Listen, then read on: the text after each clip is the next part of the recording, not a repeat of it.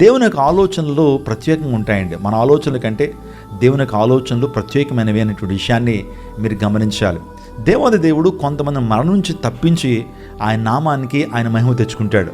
మరికొంతమంది జీవితాల్లో దేవుడే వారిని మరణానికి అప్పగించి ఆయన నామాన్ని మహింపరుచుకుంటాడు. అది ఎలా అని మీరు ఆలోచన చేస్తే, మీలో ఎంతమంది గ్రేమ్ స్టెయిన్స్ గారు తెలుసు? వాస్తవానికి ఆయన మరణించేంత వరకు ఆయన పేరేంటో మనకు తెలియదు, ఆయన చేసిన పరిచర్య ఏంటో తెలియదు, ఆయన కుష్ఠరోగుల మధ్య ఎటువంటి పరిచర్య చేశాడో, ఎన్ని ఆత్మలకు దీవెనకరంగా ఉన్నాడో, ఎంతమంది ప్రజలకి ఆయన ఆశీర్వాదకరంగా ఉన్నాడో చనిపోయేంత వరకు మనకు తెలియదు. ఆయన చనిపోయిన తర్వాత దేవుని నామం ఎంతగా మహింపరచబడిందో మనకు తెలుసు.